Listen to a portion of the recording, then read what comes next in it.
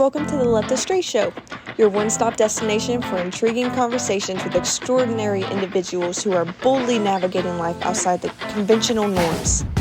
Our host, Scott Fullerton, is thrilled to embark on this journey of discovery with all of you. The Left of Str8 Show, we believe that every person's story is unique, and it's our mission to showcase the diversity of human experiences. We bring you the untold stories of fascinating people who identify as LGBT+ and allies, pushing boundaries, breaking stereotypes, and making a positive impact in our communities. On this show, we bring you a diverse lineup of inspiring guests, from activists to artists, and entrepreneurs to entertainers, and everything in between. We dive deep into their personal journeys, discovering the pivotal moment that has shaped their lives and careers. You can expect thought-provoking discussions on a wide range of topics, from LGBTQ rights, social justice to arts, culture, mental health, and more.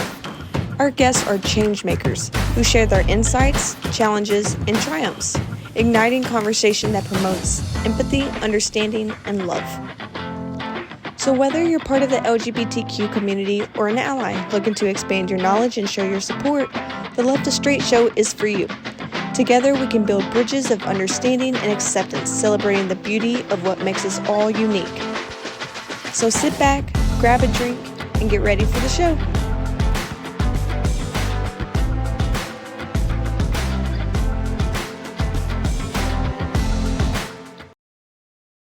Well, welcome back, dear listeners, to another exciting interview here on the Left of Str8 Show. I'm your host, as always, Scott Fullerton. I'm always honored to talk to celebrities and personalities from entertainment, foodies, books, music, and advocacy. Of course, all of interest to our LGBTQ community and straight allies. Today, I am delighted to have a true luminary in the world of business and media. Joining us from the Great White North of Canada is the multifaceted Salah Bachir, a titan in the realms of cinema, magazines, and a true force in the world of art. Salah's impressive career is marked by innovation, creativity, and an indomitable spirit that is distinctly Canadian. As a philanthropist, a patron of the arts, and a business magnate, he truly embodies a blend of heart and hustle, from helming some of the most read entertainment magazines to launching video empires and working with some of the leading names in the entertainment industry. Salah has now come out with an impressive life on paper in his new book, Salah Bachir, First to Leave the Party, My Life with Ordinary People. Let's dive deeper into this life and this remarkable man. So please welcome Left of Str8 Show for the very first time, Mr. Salah Bachir. Salah, how are we doing, sir? We're doing great. Nice to meet you. Nice to be on here. But you know, Very nice. the title of the book is important, is Ordinary People Who Happen to Be Famous. Who happen to be famous. I misquoted it. Sorry about that. Okay. That is a key proponent of the book, which we're going to get to in a bit. I'm so excited to have you on. How's everything up in beautiful downtown Toronto? It's great. It's lovely. You know, things are good. There you go. I like the summer in Toronto. The winter I can do without on occasion, but I I love the really winter. enjoy my summer. I was a hockey goalie, and I come from Lebanon originally, so I'm used to not great weather, but I love the winter. It's so beautiful here. As There long as you the go. snow stays white before it comes brown or something. Right. Well, the first couple questions I ask, even though you do have this great biography here, I want to talk about where did you grow up and what kind of a kid were you? Were you always kind of interested in the entertainment business, or what kind of drew you to that? I grew up, for my first 10 years, I was in Lebanon, and we grew up North Toronto in a suburb called Rexdale. Um, I was still interested in sports and foodie, you said earlier, love food. Um, and yeah, I'm interested in all kinds of stuff. Pretty open Nice. about everything. My husband I says I'm like the person to cook for because I eat everything. I hear that. For some reason, I'm not a big seafood fan, but I eat just about everything else under the sun. So I hear you. And second question I always ask new people on the show. I mean, you're out and proud. You support a lot of LGBT charities. Your husband's a fantastic artist. Talk about, though, when did you kind of first come out to yourself, and where do you feel you kind of found your LGBTQ tribe?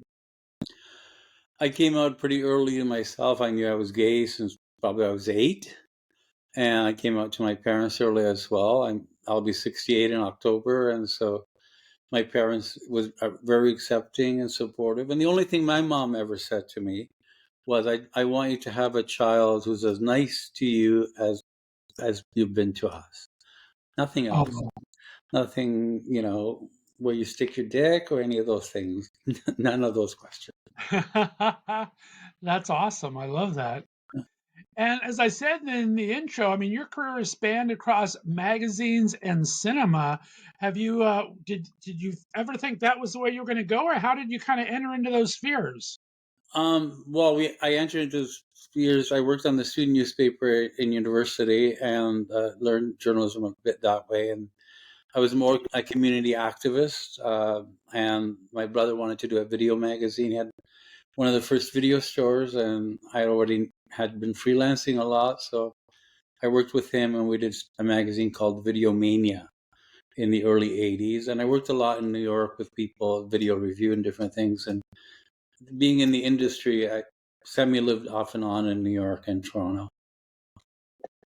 I love that. And what was the hardest part about getting all this started? How did you get entry into talking to all these people? How did that all come about? Well, we had magazines. We had Premiere Magazine and Video Mania, and then later we had Famous and Cineplex magazines. And at the beginning, we launched a lot of video, home video studios in Canada, the American branch. So I got to know a lot of the studios that way. And home video was the cash cow of the entertainment industry when it first came out. They would leave everything till 6 months later after cinema and then release it on video. But they've already had marketed and everything was done for it. So you didn't really need much more marketing. But we would be invited on sets, junkets usually, where Hmm. 10 people sit at a table and interview someone like Sean Connery or something like that. And we'd bank the interviews for 6 months. So we were we were with all the film journalists, but we had our own little junkets. So, and that's how a lot of stuff started. My attitude was, I have a story. You have a story to tell. I have a story to write. Like, let's just do this, and I want to go meet my friends. But in some cases, maybe that attitude led to friendships with different people, like deeper friendships.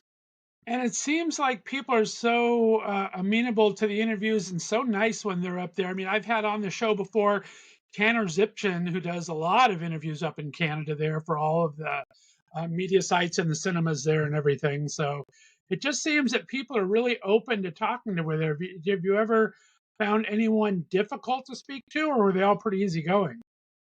No, there's a lot of difficult people. That's another book.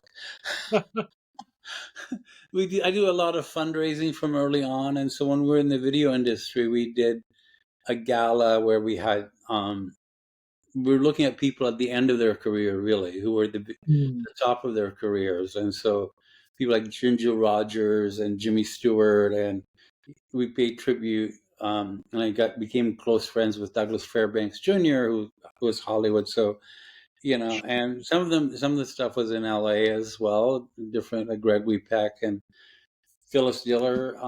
Phyllis Diller was one of the first supporters of trans people in a sense because she believed in cosmetic surgery and believing in being who you want to be.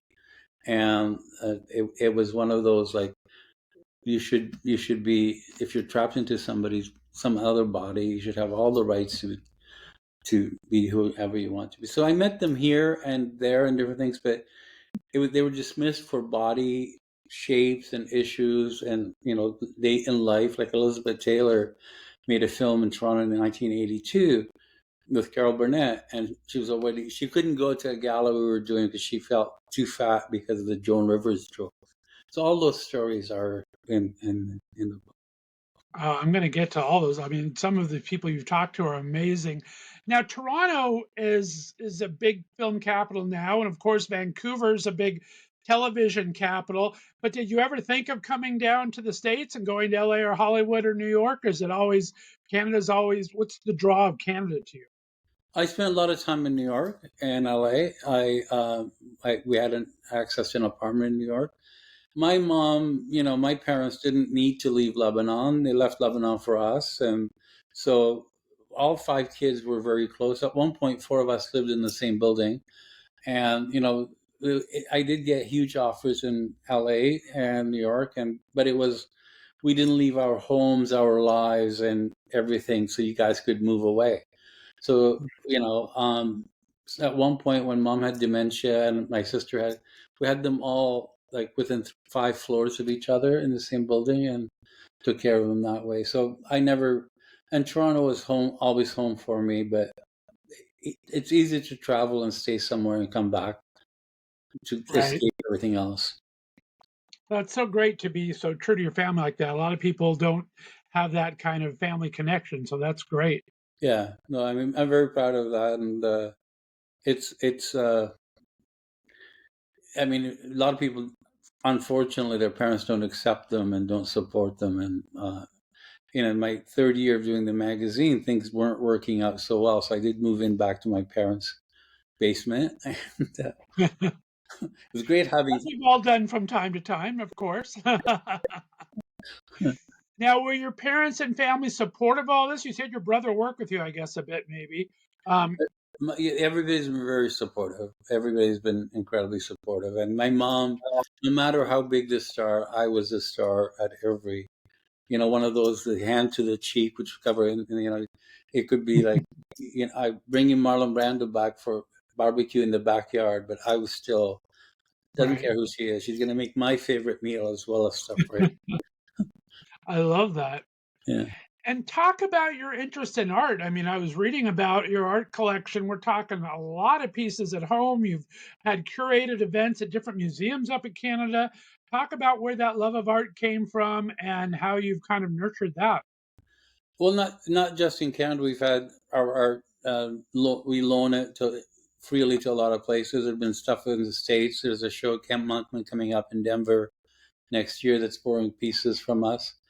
In Lebanon, in the Middle East, and I try to be a bad boy as much anonymously as I can, but sometimes everything is traced. So I've always loved art and artists, and hanging out in New York in the '80s, got to know some. Had a little fling with Keith Haring, who's pretty well hung. Ah, But maybe skinny people's dicks look bigger. I don't know. I think that's what it is. It's like there's nothing else on the body, and the dick looks bigger. there you go, right? Very well. But it's, I think, great to be surrounded by it, supporting friends, championing artists and seeing them become who they are. And yeah, so there's a few Warhols and Herrings and Maplethorpes hanging around. And I heard you have some great Warhol pieces. The Warhol Museum is like an hour from me in Pittsburgh, so I've been there quite a few times and bring a lot of friends that visit from out of town there. Talk about some of your Warhol pieces. Well, I love that museum. It's wonderful. In Pittsburgh, I'm not attached to. I'm attached to people mostly, but I trade and sell and donate. Like we donated about 1,000 pieces this year. But not just, I mean, extra pieces we had bought and to community centers. I was in a hospital for a while, so getting art up in the hospitals and universities and art galleries. I fell in love with Warhol because, have you ever seen his sex drawings to start with? They have a couple of them that I've seen there that kind of moved to the museum, but that's the only time. Well, Warhol had a show like I think 1962, even 52. I'm not sure, but he had an early show that. And most people, I mean, he loved playing with the press. He would say, I'm asexual, I'm, all this stuff. And totally loved while his husband was inside, or, Jed Johnson. So I loved that. And I love there's a queer artist out there. You couldn't get, I mean, you saw some of the films and you saw some of the other stuff. And you couldn't get anything more queer in that age. I mean, get Elton Right. John and David Bowie and, so I loved collecting them and having on the walls. And in a way, for me, despite everything, Warhol I identified with all the you know images, but we've rotated a lot of them over the years. So And it seems like you're very, very, you don't have like sculptures or paintings or photographs. You kind of do a wide variety of everything. What kind of catches your eye when you see something you like? What are you looking for in a piece? Yeah, I've done a lot of talks about art with other, different people, and I think the biggest thing is you have to love it. You have to live with it. Forget value. You want to buy stocks, buy stocks.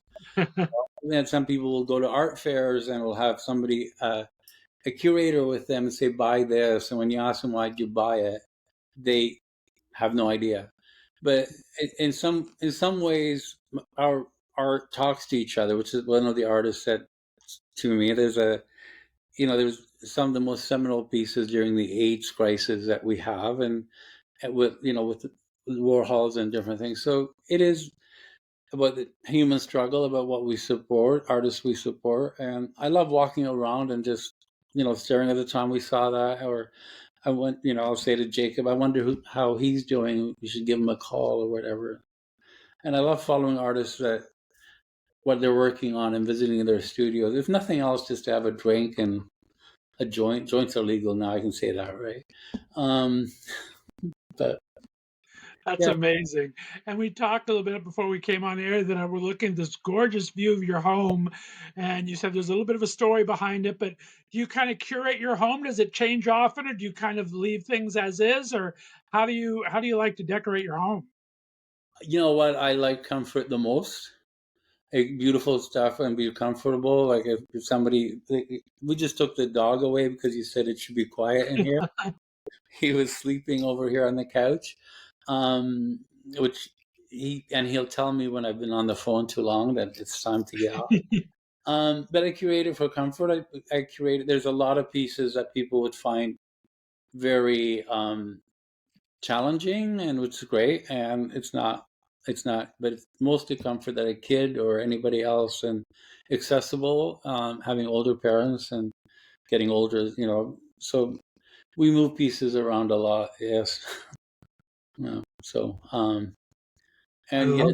yet, and there's certain rooms that are decorated with one artist that is spectacular. There's a Canadian artist who was in New York forever, but Berlin before that, named Attila Lukács. You should look him up. Lu, I yeah, will. it's spectacular. I can send you images. So we have one of the largest collections of his, and That's amazing. I love we were that. doing homoerotic art from the early '90s, um, and was in New York for about 10 years.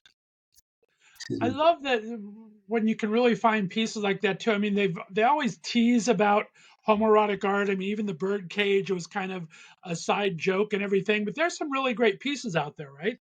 Yeah, amazing, amazing pieces, and it's not necessarily just the funny thing is I'll get some artists and say, "Oh, I drew a painting with a penis," and they're a terrible artist. It's like, okay, I can get somebody stand there with a penis, but no. Um, yeah, but great art. There's a lot of great homoerotic art out there. Photography has become incredible. The collection of Right. photographs. Yeah, the advent of digital photography just made some amazing pieces too lately. I mean, I love the older, I mean, Herb Ritz. I know you have a couple of things. Herb Ritz, I've been a huge fan of forever. I think I had every Ansel Adams print on my walls at one point when I was in my black and white phase. So it's like there's some gorgeous photography out there, and you can see the progression of it from Ansel to now. It's just gorgeous. I sent Greg Gorman's a good friend, and I knew her back then, and so I sent you a bare shot of me naked done by Greg Gorman here in the garden. Oh, nice. I'm looking forward to that. I will check that out a little bit. That, Um, that thing that looks like that is a leaf, is not me. Just oh, okay, all right. I just leave things unsaid, Salah. You know, we just leave it to our imagination. no, but some things you need to say. Yeah. Well, talk about now. Your husband's an artist. Talk about how do you meet and what kind of art does he do? We met online. We met online on a bear website, Bear Forest or something it's called, I think. And we met. He was coming over for sex. It was, and we live in Toronto on the 39th floor overlooking the lake, and there was a fire alarm in the building. He couldn't make it up, and he came back another time, and it was different than anybody else. I mean, but exchanged all these new pictures, but from the hallway to the bedroom, must be about 80 pieces of art in the apartment. He could identify like 90% of them. And even during Yeah. sex, I thought, wow. They told me later he thought they were posters, not the original thing. So, yeah, and Wow. then we've been together for 17 years, 17 and some years. And we got married 8 years ago on the same day that the book is launching. And Katie Lang sang at our wedding. Oh, congratulations. That is awesome. I love that. Yeah. Yeah, I do another this is for my Left of Str8 Show. I do another podcast called Bears of a Certain Age for us bears of a certain age, of course. And one of our partners on there is based out of Toronto. They did a new gay dating app called Surplus for men that's for 40 and up. Um, any men, not bears, but anybody. But they're a fantastic app based out of Toronto that's really starting to catch fire a little bit. And so I'm all about a good dating app. Yeah. Are you married or are you I am single. I've been single now for about almost a year and a half. So yeah, it's been a while. Never married. Couple long-term relationships, but I've slowed down quite a bit. Like I said, when I moved back to Ohio and I took care of my dad before he passed about 8 years ago now, I moved in to kind of help take care of them. And so my dating life hasn't been up to par since then, but it has its spits and yeah, sputters there. great. And There so I you was go. married. Any relationship we kind of used to call married before there was marriage. It was like, Exactly. Well, let's talk about your philanthropy, and then we're going to dive into the book because you've had this great success in your career through your media, through your art, and you've also been a great philanthropist for a lot of LGBTQ causes, putting on a lot of different things. In fact, I think we're going to talk about your book launch is going to be have a philanthropy component as well. But talk about the importance of that too, and giving back. Where did that kind of spirit come from, and what kind of organizations you like to work with? I think my parents and grandparents, whenever somebody came to the house needing food or money in a small village in Lebanon, would give them stuff. And it's all, we were always been taught if you could help, you should help, right? Don't let somebody on the street that needs help. You should, and so that I was two friends in the video industry early. I met these two friends, and Mo and Lorraine Himmelfarb, who are older. Lorraine's still with us. Ran Variety Club International. And Variety Club was a series around the world of different organizations that helped handicapped children. Hmm. And so they got me involved, and that was great. And then through them, we did a luncheon once a month of anything filming in Toronto or around. So I got to meet everybody. I met Tony Bennett and Ella Fitzgerald, and through that, we developed friendships. And early on in the video industry, we thought we also have this trade show where we invite all the video stores, and the studios would bring up these old stars. Or Halle Berry, actually, in one of her films was there. Yeah, and everybody else kind of. And so we started doing a tribute to the older stars. And so as a gala fundraiser on the night of, and we had all the studios buy tables, and we choose a charity each year. And I wasn't completely out. I had three versions of my life. You had your gay friend, and then you find out they all thought you were gay anyway, except Right. one of the studio heads said, "I knew you were gay, but when did you find out?" um, Exactly.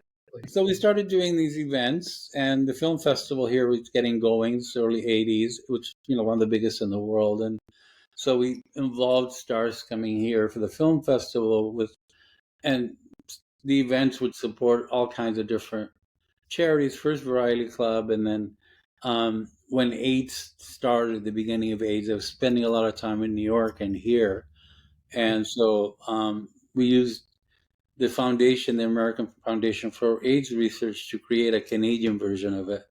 And I had worked with, marched in the streets and did a lot of stuff. And I then feared New York and travel and sex in different areas. A bit, not as much as I could. But, it was a very stressful time for everybody. And so we did everything we had here, and in New York, I'd worked with Broadway Cares, and in LA with AIDS Project Los Angeles on different things. And Sure. so it's been a long way that way. But also, you realize is people want to work with people who give back. in the business world, you get known for something, and people will tell you, Salah, I was going to call you first. There's no, let me know. And it got to a point where an advertising budget, an enviable position, and like, here's my budget. Tell me what you need, or tell me what you want to do with it. And if you prove the return on investment, and it's great. And hey, you know what? I can fit a little interview with such and such. I can do those things. And then, yeah, then I still have quite a few of those friends now and I use all of them for fundraising. I need you to buy a table, and it's not like, well, I'm not going to be here. It's like, fucking cares? I'll fill your table. Just buy it, right? And I use the F word, but it's after 2 minutes, right? That's okay. No, I love that. I mean, it's like I've been doing this show for 8 years now, and I haven't made a dime because I don't like asking for money. It's very hard for me to do that. I kind of do that out of my love for the entertainment and for our LGBTQ community. But there's people like you that they're just keep giving and giving, and I think um, it's just such a great thing to see because it reciprocates, right? Those that give usually get a lot in return, or vice versa. Those are the ones that you really gravitate towards. So good on you for all that. One of the stories I tell in the book, but I'm not sure whether I'm 15 or 16 or whatever, is meeting Cesar Chavez for the first time.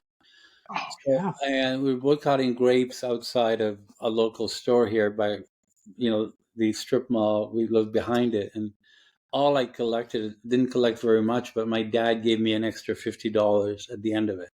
And we were all going to meet. Chavez was in Toronto. There was a march, and there's a potluck supper and all those things. And the Spanish community had come out full force, and he was a Catholic. He was a practicing Catholic.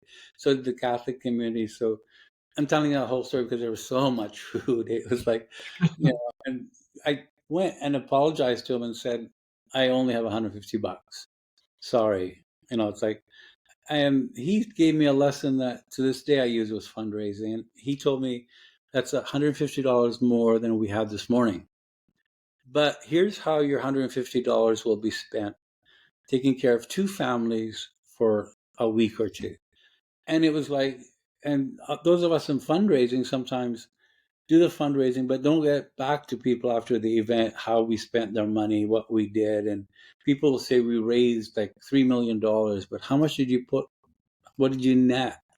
Like how much was the entertainment and all? So those are lessons that, and I think that's the most successful thing anyone can do in fundraising is, get back to your supporters and friends and tell them how their money was spent.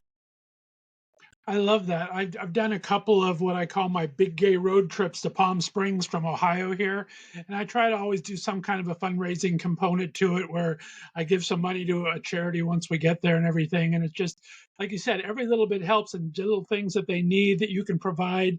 They may seem little to us, but they're huge to them because it's a need they have, right? Yeah.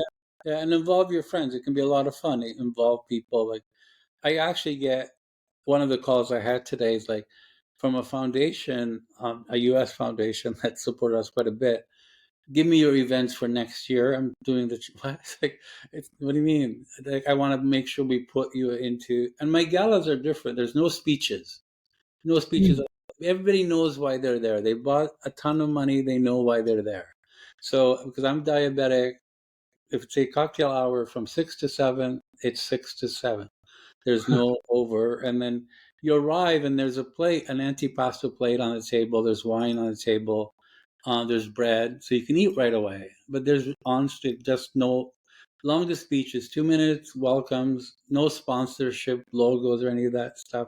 A step or repeat maybe, and it's all on video screens. And last one was Audra McDonald, was our guest singer for 519, and Love Audra. Yeah. we gave an Ally Award to John Irving, who lives in Toronto, because some of us that go way back to first seeing some of his movies, it's like all the gay characters are there, everything is written, nothing is, you know, um, forced or like, yeah. So, and he has a transgender daughter that, with the help of the 519, which is the place that I'm the honorary patron of, and she spoke beautifully, and it was the most. So everybody's like, "When's the next event? Who's the next ally?" So but you leave them instead of like it was 9 o'clock and no live auctions ever. They disrupt everything. So you're sitting next to a billionaire. It's like in a bid against him, right? Like, Right? yeah, I love an efficient party planner. I like that. We need more of those. A lot of fluff in a lot of those things. They need a good gay guy that knows how to get it short, concise, get it done. yeah. That's important. And it's the same. Very. I love Audrey McDonald. Of course, her husband was in Priscilla, Queen of the Desert, and fantastic. So yeah, Yeah, very very yeah. cool. And he's in the Neil Diamond one now on Broadway.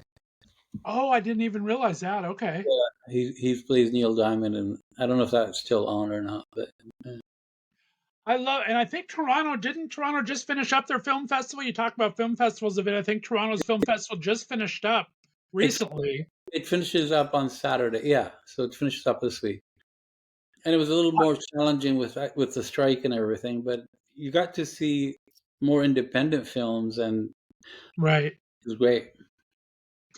I'm hoping I just joined GALECA, which is the Society of LGBTQ Entertainment Critics, and I'm trying to apply through them to get to go to Sundance for my very first time in January. So Okay, well, hopefully, if I can, I need to raise some money to get there, but I'm hoping to try to get to Sundance for my very first time. I love a good film festival. My mom is 84 years old, God bless her heart, and I've taken her to TCM in LA a couple of times. I think you've been too. yeah, So I haven't really had a chance to go to Toronto and Sundance are the two that I haven't hit. I've been to Palm Springs, been to a couple other film festivals, but those are my two that are on my bucket list. Did you come do next. anything at Toronto's this year? I went to a few films, a couple of films, not too many. Yeah, I mean, I've got some people will send me screeners and stuff like that, but Deepa Mehta, a Canadian filmmaker, has a great documentary of a film called I Am Sarah, and it's about an Indian transgender person. Mm. And so they did a special screening with us, and it was filled with transgender an audience, and it was a beautiful film, beautifully done, and it has its premiere tonight in Toronto as well. So, and Elliot Page had his film debut here as well. Oh, that's amazing. Yeah, I love that. I'm going to get out to Toronto soon. I'm going to try hopefully Sundance in January and Toronto next I can end of help summer. in Toronto, but What's that? Berlin is the one you may want to go to if you're a bear boy. Ooh, okay. From any All right. experience, We'll but put these on bucket. I have bucket list items. I like it. All right. Well, let's dive into the book, Saul. I'm so excited to talk about this. Again, first to leave the party. Um, talk about I've read some stuff on it. My favorite thing was a quote by Adam McGuyan. Says Salah is the patron saint for all of us who are full of curiosity, hungry for celebration, horny for fun, and who won't stop until every need is fulfilled. His appetite and passion for life is voracious, and his ability to transform those passions and making life better for others is even more impressive. And I think we just accomplished that. Now we talk about that. It's such a great review, isn't it? Oh yeah, my gosh. I mean, there's a few of them in the. Alan Cumming wrote something beautiful. Margaret Atwood tweeted it out to her 2 million followers. Kim Cattrall just wrote something, and Elton John. So it's not bad. I think Not bad. Just a couple people we might have heard of once or twice. that's okay. I like it. Well, why now? What kind of brought this book about? And then let's delve into some of these stories. I mean, when you start with Brando in your backyard, not a bad way to start a book. But talk about what made you decide to do this now. I was after my surgeries and I had a kidney transplant, and then I got sepsis, and they had to have an ileostomy, and then Oh, during COVID, and it went back at a reversal, and and I had dialysis 7 years before that, and my husband was my nurse at home, so we had at home, and when I was in the hospital during COVID, it's a lot of stories I've told anecdotes of, and I started doing it on social media just to help, more to take people's mind off of what's going on. So people would be visiting me in a hospital and would say, "Hey, I'm going to see." There was a play in Toronto called Piaf and Dietrich about their affair, and I'd say, "Oh, yeah, I sent flowers to Marlene Dietrich. Maybe the last person sent her flowers before she died, and I saw her in Toronto perform in 1978 or something." Wow. So little things like that, and then the more I posted, the more my friends said it should be a book, and we wrote it differently than anybody else. So it's written as my memoir, but told through my encounters with other people.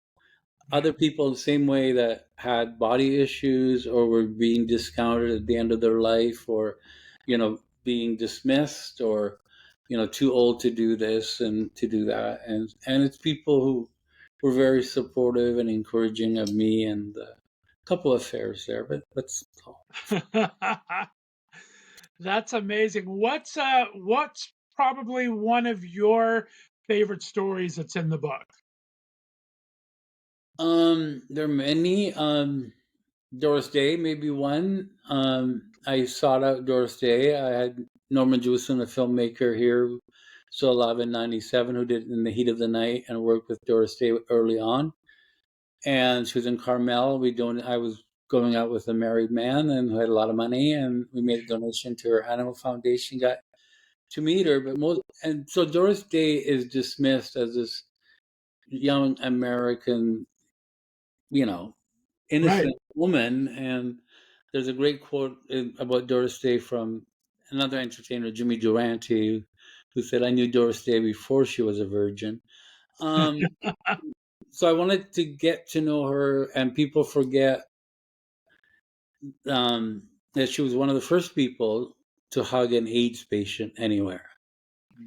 When Rock Hudson was diagnosed with AIDS, she hugged him and kissed him. And on the Christian Broadcast Network, when he died, she said, "Rock Hudson is in heaven." Can you do that today in America, do you think? Can you, on Fox, can you do it? Right. So there's some people I, wanted to meet and connived every single way, or had my friends introduce me to want to meet them. And so Brando, you talk about Brando, and I was in the video industry, as we said earlier, and so Matthew Broderick was a hot new star. And Right.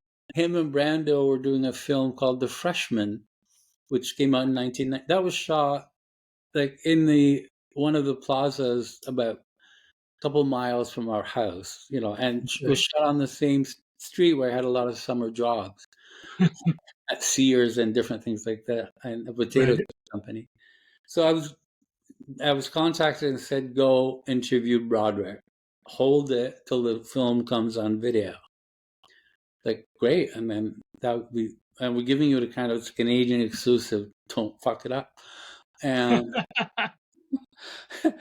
and I go, and they're shooting and doing, and there's Brando sitting there. It's like, fuck Broderick.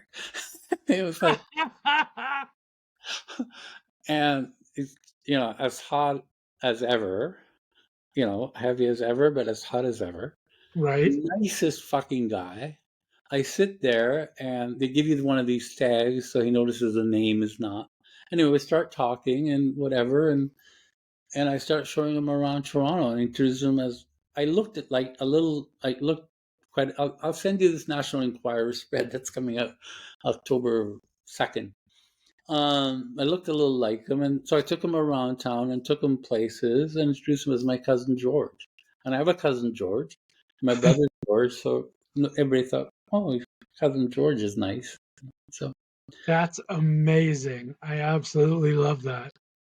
Who's maybe the most surprising story you might find in the book that maybe your friends didn't realize you had an encounter with?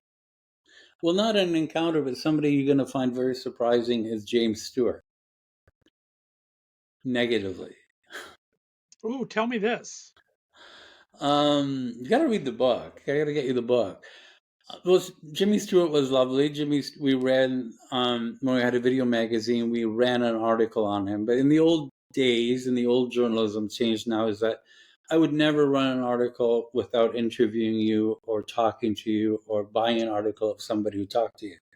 So we were going to do some Jimmy Stewart's films were coming on video, and we couldn't get to them, or something happened, and somebody said they had a story. We were promised an interview. So, but I asked a friend, Beverly Golden, to write it before Google or anything else like that. So she was a big fan, and had cut out little things here and there, and went to the encyclopedias and wrote this lovely piece, and we ran it that these videos were coming,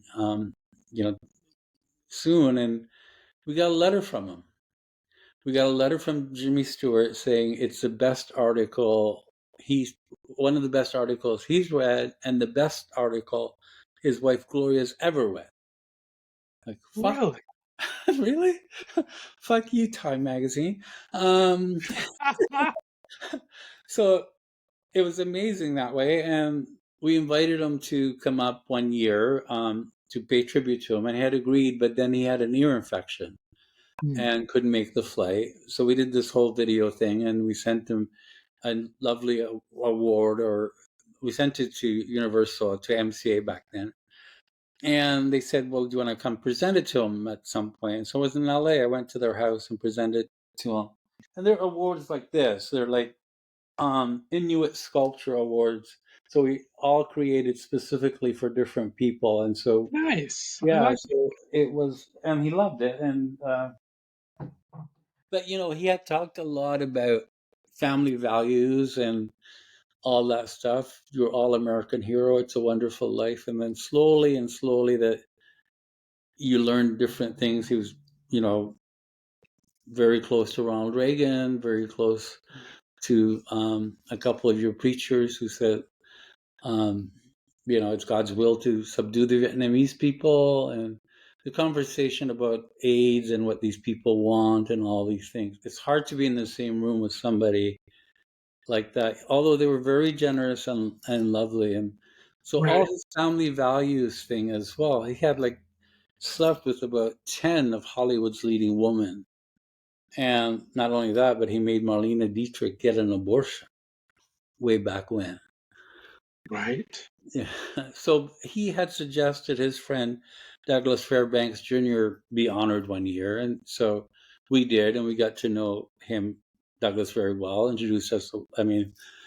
His dad and Mary Pickford started, Pioneers United Artists Pictures and Chaplin. And, right. And so he helped, different things. And he dated Marlene Dietrich. So there was stuff, became all relationships and stuff. But and Jimmy Stewart was still a lovely man. It's the whole thing about, it was very awkward and he named names as well during the McCarthy era, which other people did. So that's a surprising one. Yeah, I didn't know about that problematic history. I had a Jimmy Stewart encounter. I grew up in Southern California. So me and my friends would go Christmas caroling in Beverly Hills every year. We go around all the homes at different parts of Beverly. We'd dress up to the nines and go just sing, and then we'd go out to dinner someplace nice in Beverly Hills. And so we got to sing to Lucille Ball and Agnes Moorehead, and then to Jimmy Stewart. Went to Jimmy Stewart's house and came out, was very, very nice to us, I have to say. But I didn't know about the problematic past of all that. So very interesting. No, it was lovely to be with, and very complimentary and very nice. But that's the aspect that the whole family values thing back then. Right. Anything else that bugged you. And Joan Rivers didn't come out very well in the book. They're the only two who didn't come out well. Aha. I see.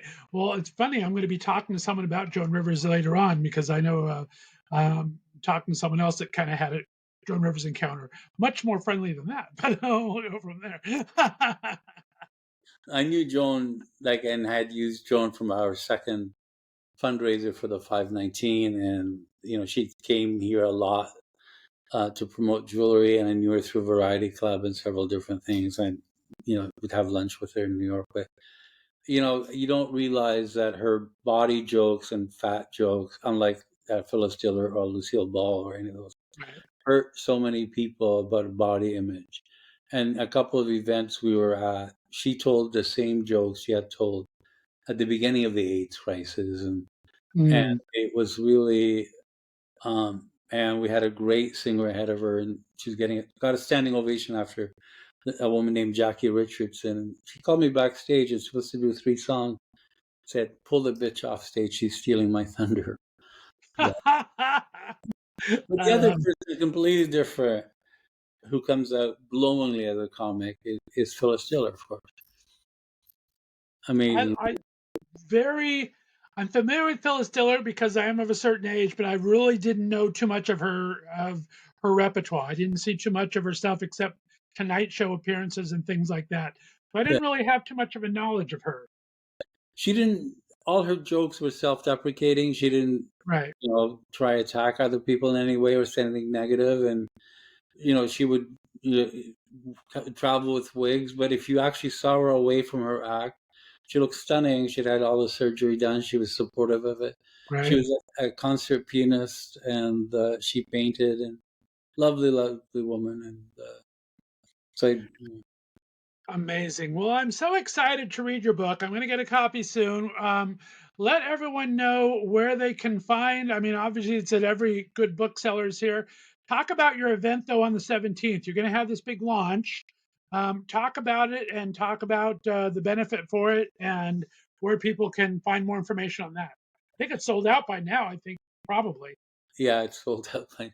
So I'm starting, there's one in Halifax. I'm starting on the East Coast in Canada's Ellis Island. And then I'm doing one at the 519, which is one of the greatest and best queer community centers in the world. Be 50 years old next year, and we've been keeping it going. And they serve this last year like 225,000 meals in the community. They have 200,000 visitors. One of the first trans programs, refugee queer programs, and so doing it and we'll have a few friends show up.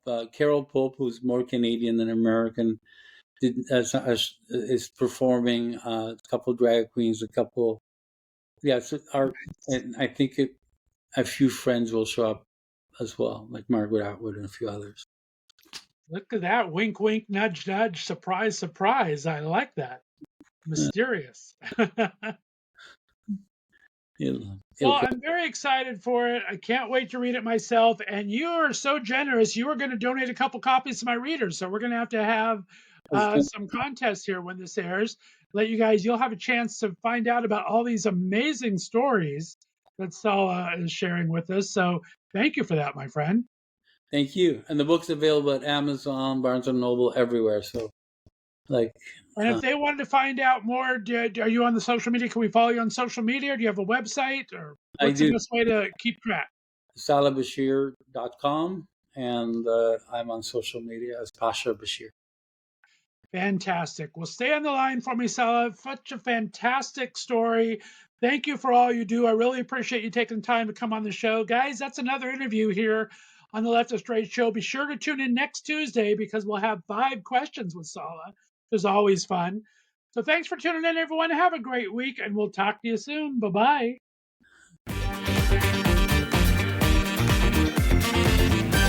Thanks for listening to the Left of Str8 Show. Be sure to subscribe on your favorite podcast distributor, and please give us a 5-star rating so more listeners can find us.